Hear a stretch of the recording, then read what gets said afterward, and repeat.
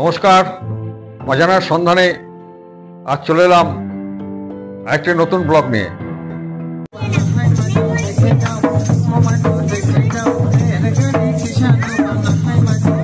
আজকে আমরা যাব সুন্দরবন ইলিশ উৎসবে। এখন আছি চুইজো স্টেশন। সামনে দেখছেন এসি ট্রাভেলার বাস। কিছুক্ষণের মধ্যেই আমাদের এই বাসটি ছাড়বে। এই বাসে করে আমরা যাব সুন্দরবন ইলিশ উৎসবে। এই সুন্দরবন ইলিশ উৎসবে আমাদের নিয়ে যাচ্ছেন the evening star tours and travels. এনাদের খাওয়া দাওয়া এবং ব্যবস্থাপনা খুবই ভালো। পুরোটাই এই ভিডিওতে থাকবে, আপনারা দেখে নেবেন। এবং ওনার সঙ্গে যোগাযোগ করতে গেলে এই নিচের ব্যানারে যে ফোন নাম্বারটি দেওয়া আছে একদম নিচে, এই ফোন নাম্বারে ওনাদের সঙ্গে যোগাযোগ করে নেবেন। এনারা সারা ভারতবর্ষব্যাপী বিভিন্ন ট্যুর করে থাকেন। এই চুইজো স্টেশন থেকে বাস ছাড়ার পর আমাদের প্রথম গন্তব্যস্থল হবে গদখালি লঞ্চ ঘাট। আজকে আমরা আছি গদখালি, যাচ্ছি সুন্দরবনের উদ্দেশ্যে। এখন এই গদখালিতে আমরা আছি। এখান থেকে আমাদের লঞ্চ যাবে সুন্দরবনের উদ্দেশ্যে। পুরো ভিডিওটি স্কিপ না করে দেখতে থাকুন, অবশ্যই ভালো লাগবে। আর সাথে সাথে আমার এই চ্যানেলটি ডিলাইট ট্রাভেল ব্লগ এটা সাবস্ক্রাইব করে নিন, তাড়াতাড়ি সাবস্ক্রাইব করে দিন, কারণ পরবর্তীকালে সুন্দর সুন্দর দর্শনীয় স্থান সহজেই পেয়ে যাবেন আমার চ্যানেল। দেখে থাকুন। এই সামনেই দেখছেন আমাদের লঞ্চ। এই লঞ্চ যাবে এখন গোসাবায়। আস্তে আস্তে যাই গোসাবার উদ্দেশ্যে। আমাদের ভেতরে গিয়ে আস্তে আস্তে দেখা। এই লঞ্চে করেই আমরা সুন্দরবনের বিভিন্ন দর্শনীয় স্থানগুলি আমরা ঘুরে দেখব এবং সকালে সারাদিনটি থাকবে এই লঞ্চের মধ্যে। বিকেলে আমরা চলে আসব, তারপরে হোটেলে চলে যাব।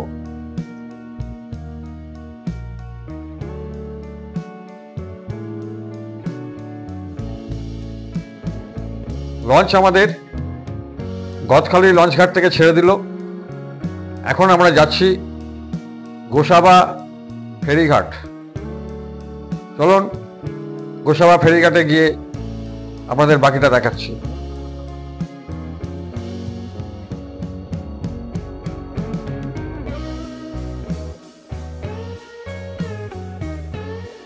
আমাদের লঞ্চের উঠেই বাচ্চারা যে যার লাইফ জ্যাকেট পরে নিয়েছে, কারণ সুন্দরবনটাই হবে পুরোটাই সকালের দিকে জলের উপরে লঞ্চের ভেতরে।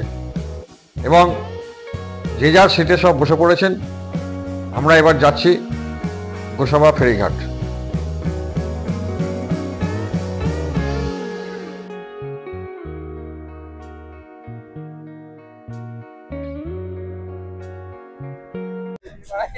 Welcome to Sundarban. আমরা অলরেডি সুন্দরবনে পৌঁছে গেছি অনেক আগেই। অ্যাকচুয়ালি সুন্দরবন 3টে জোনে divide: sanctuary zone, buffer zone, core zone. Maximum যে ট্যুরগুলো হয়ে থাকে সেগুলো স্যাংচুরি জোনের মধ্যে, যেমন আপনার সজনেখালি, সুদর্ণখালি, দোবাকি। দোবাকি স্পেশালি ক্যানোপি ওয়াক আছে, যেটা জঙ্গলের 20 ফিট উপর থেকে কংক্রিটের ওভারব্রিজ করা আছে, যেটা আপনারা পায়ে হেঁটে অবজারভেশন করতে পারবেন।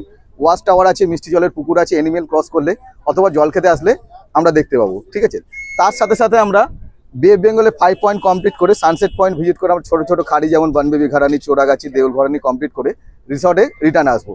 তো রিসর্টে একদিন সান্ধ্যকালীন প্রোগ্রাম হিসাবে আমাদের এখানকার লোকাল ফোক ডান্স, ঝুমুর অথবা বাউল পাবেন। আর একদিন থাকবে মিউজিক সিস্টেম। ঠিক আছে, তো আরেকদিন কবি সম্মেলন। আচ্ছা, যাই হোক, তো এটা যেটা দেখতে পাচ্ছেন এটা হচ্ছে বিদ্যাধরী নদী। এটা বে অফ বেঙ্গলের ব্যাক ওয়াটার। এর সঙ্গে দুখানা নদী মেন কানেক্টেড আছে, একটা হচ্ছে আপনার বিদ্যাধরী আর একটা মাতলা। আর বাদ বাকি যেগুলো আছে সেগুলো আপনার শাখা নদী, যেমন গোমর, হেরোভাঙা, আরও অনেকে আছে। ঠিক আছে, তো যাই হোক, আমরা এখন সাইট সিন করবো। আজকে আমাদের সাইট সিন আছে হ্যামিল্টন বাংলো, রবীন্দ্রনাথের bungalow, Bacon bungalow. Sight seen করে আমরা রিসর্টে পৌঁছে যাবো আবার। ঠিক আছে, সন্ধ্যের সময় বার্ড ফরেস্ট কমপ্লিট করে। তো 102খানা টোটাল আইল্যান্ড, 56টা হিউম্যান হ্যাবিটেট, বাদ বাকি হচ্ছে ফরেস্ট ডিপার্টমেন্টের আন্ডারে। তো এটা আমরা যখন যেটা যাচ্ছি সেটা হচ্ছে গোসবা আইল্যান্ড। গোসবা আইল্যান্ডের মধ্যে 4খানা গ্রাম আছে। একটা গোসবা মানে গরু, সাপ, ব্যাং, এই 3টে নিয়ে হচ্ছে আমাদের গোসবা। এখন আমরা পৌঁছে গেলাম গোসাবা ফেরিঘাট। এই গোসাবা ফেরিঘাট থেকে এখানেই আমাদের হোটেল ব্যবস্থা করা আছে এবং এখান থেকে আমরা কয়েকটি সাইট সিন করে নেব, তারপর আস্তে আস্তে লাঞ্চ করে হোটেলে চলে যাব।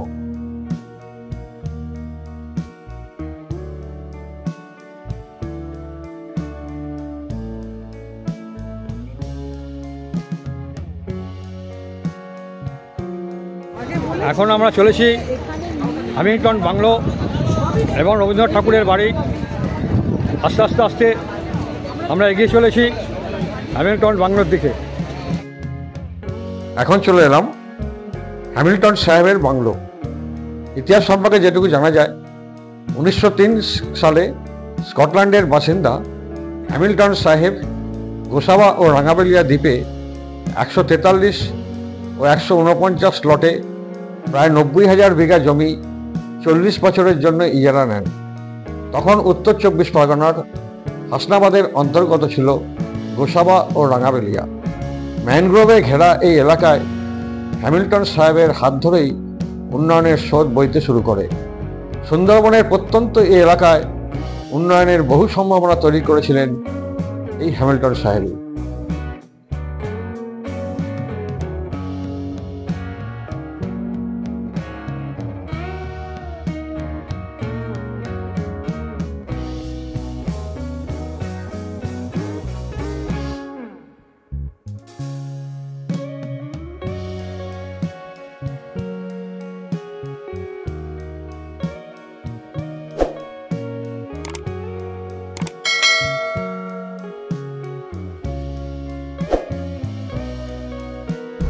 নমস্কার। আজকের সুন্দরবনের ইলিশ উৎসবের দ্বিতীয় দিন ইভিনিং স্টার ট্রাভেলস গ্রুপের তরফ থেকে আজকে আমরা যাচ্ছি সজনেখালি এবং আমাদের আরও বিভিন্ন জায়গার যে ট্যুরগুলো আছে এইগুলো আজকে আমরা সারাদিনে কমপ্লিট করব। আপনার সঙ্গে থাকুন, দেখতে থাকুন, অবশ্যই ভালো লাগবে। ধন্যবাদ।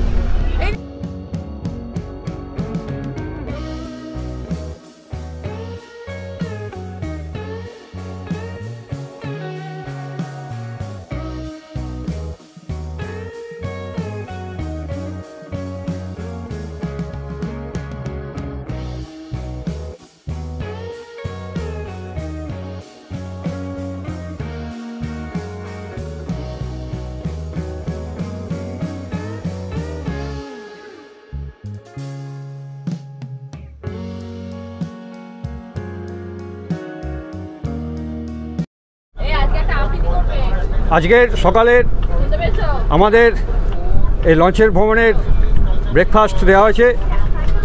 আজকে ব্রেকফাস্ট খেয়ে আমরা সুন্দর একটি ইলিশ উৎসবের প্রোগ্রাম সূচনা করছি। আজকের তার সেকেন্ড দিন।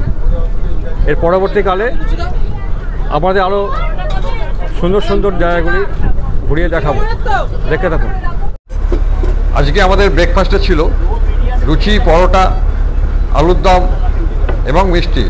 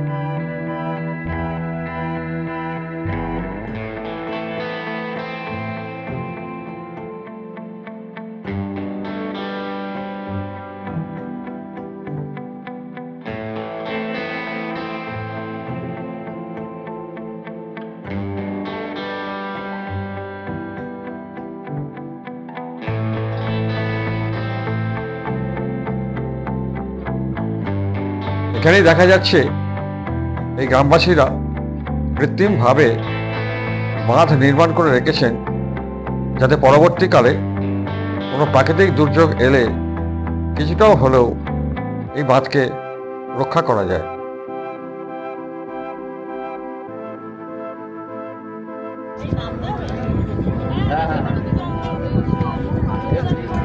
সামনে বাঘ দেখতে পেয়েছি, বাঘ দেখতে পেয়ে হরিণ আছে।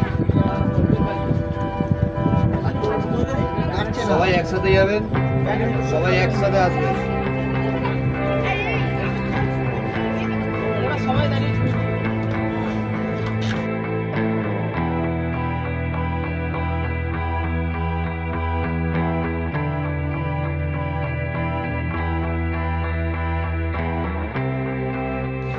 এখন চলে এলাম সজনেখালি। এই সজনেখালি টাইগার প্রজেক্ট আমাদের ঘুরে দেখাবো। আস্তে আস্তে ভেতরে প্রবেশ করছি এবং গিয়ে আপনাদের পুরোটাই ঘুরে দেখাচ্ছি। দেখে থাকুন, অবশ্যই ভালো লাগবে। এই গেটে ঢোকার ঠিক ডান দিকেই আছে নিয়মাবলী, কি করবেন কি করবেন না সেটি এখানে জানানো হয়েছে।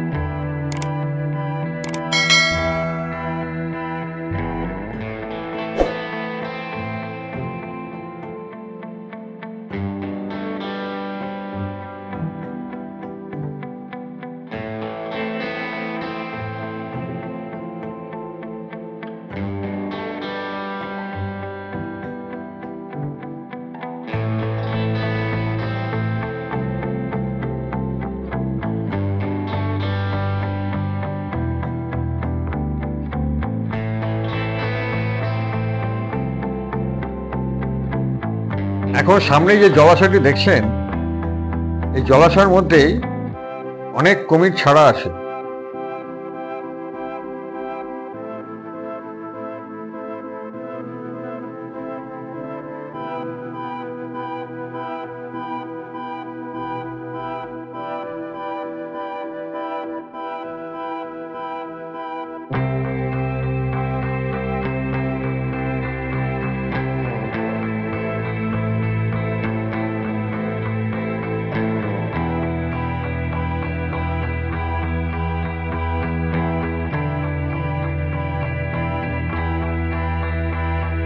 এই সামনেই দেখছেন যে বাঁশটি রয়েছে, ঠিক তার পাশেই একটি কুমির দেখা যাচ্ছে।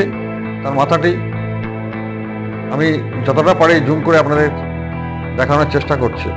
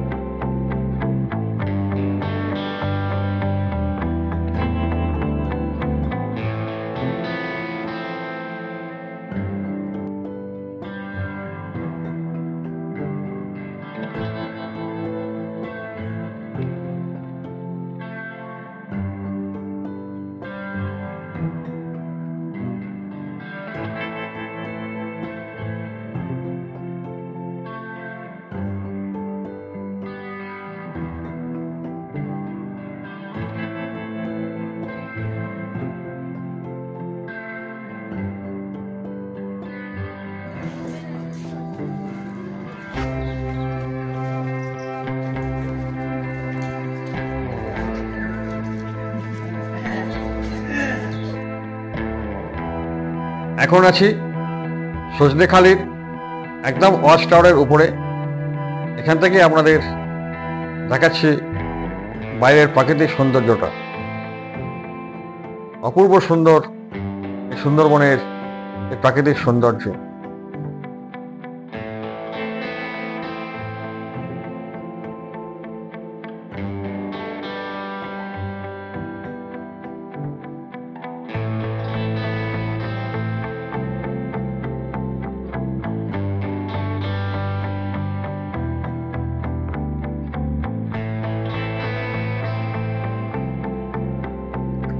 এবারে এই ওয়াচ টাওয়ার থেকে নিচের দিকে আস্তে আস্তে নামছি এবং নিচে গিয়ে আপনাদের বাকিটা ঘুরিয়ে দেখাচ্ছি।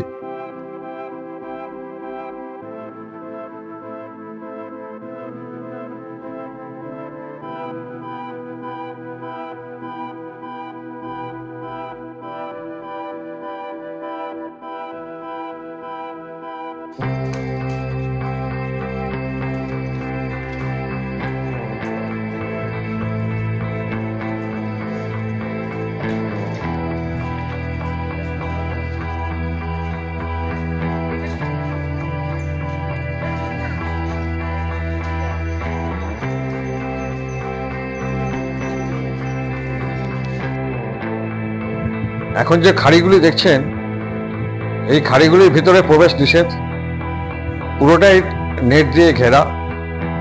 তবে এখানে যেটুকু জানতে পারলাম যে এইখানে এসে বাঘেরা জল খেতে আসে, মাঝে মাঝে দেখা গেলেও এই জায়গায় দেখা যেতে পারে।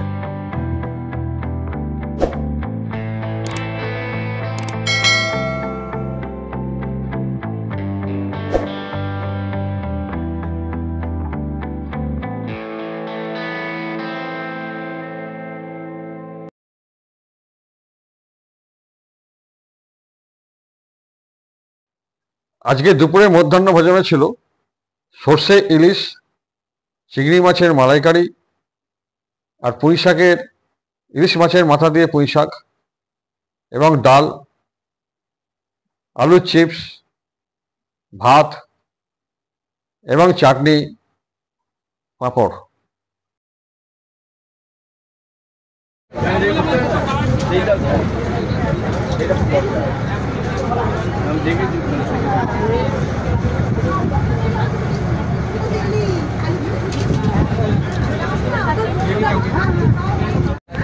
আজকের এই সুন্দরবনের ইলিশ উৎসবের মধ্যাহ্ন ভোজনের আপনাদের কেমন লাগছে?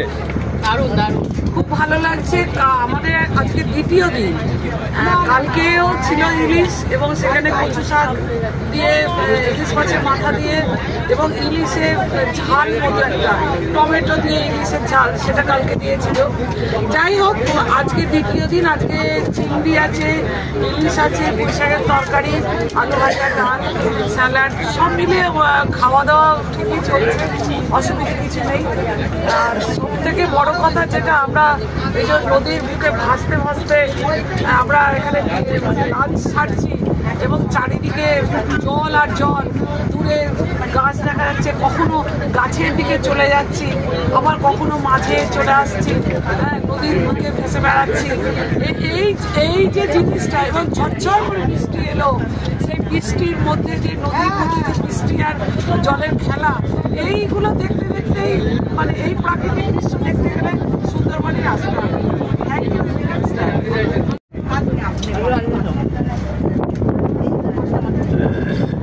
এই সুন্দরবন ইলিশ উৎসবে আজকের দুপুরের মধ্যাহ্ন ভোজন আপনাদের কেমন লাগছে একটু বলুন। কাকা, আমরা কেমন লাগছে? ঠিক আছে, আপনার? ঠিক আছে, ভালো ভালো। হ্যাঁ, দাও দাও দাও। খুব ভালো ভালো।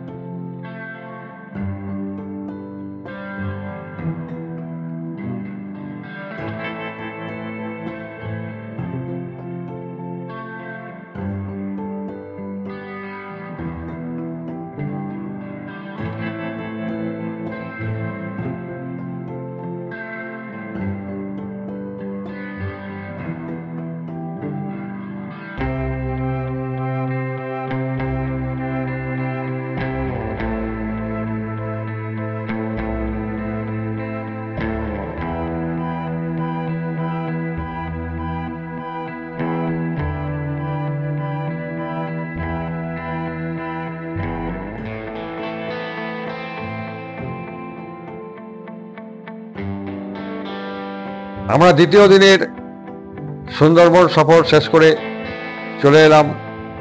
এখন যাব আমরা নিজেদের হোটেলে। আজ এই হোটেলে the evening star tours and ট্রাভেলসের পক্ষ থেকে একটি ঝুমুর নাচের আয়োজন করা আছে, সেটি আপনাদের দেখাচ্ছি।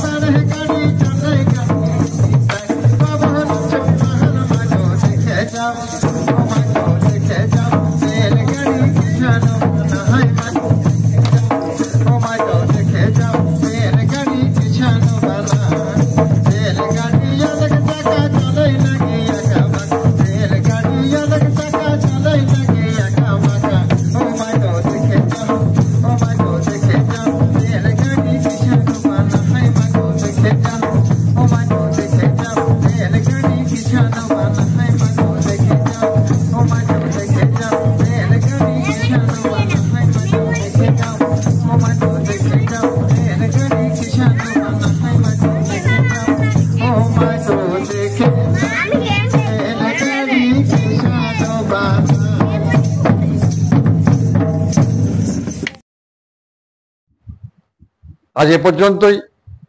এই সুন্দরবন ভ্রমণের আজকের প্রথম পর্বের ভিডিও এখানেই শেষ করছি। কেমন লাগলো এই সুন্দরবন ভ্রমণের ভিডিও একটু লাইক শেয়ার করে জানাবেন এবং পরবর্তীকালে দ্বিতীয় পর্বের জন্যে অপেক্ষা করুন। সবাই সুস্থ থাকুন, ভালো থাকুন। নমস্কার।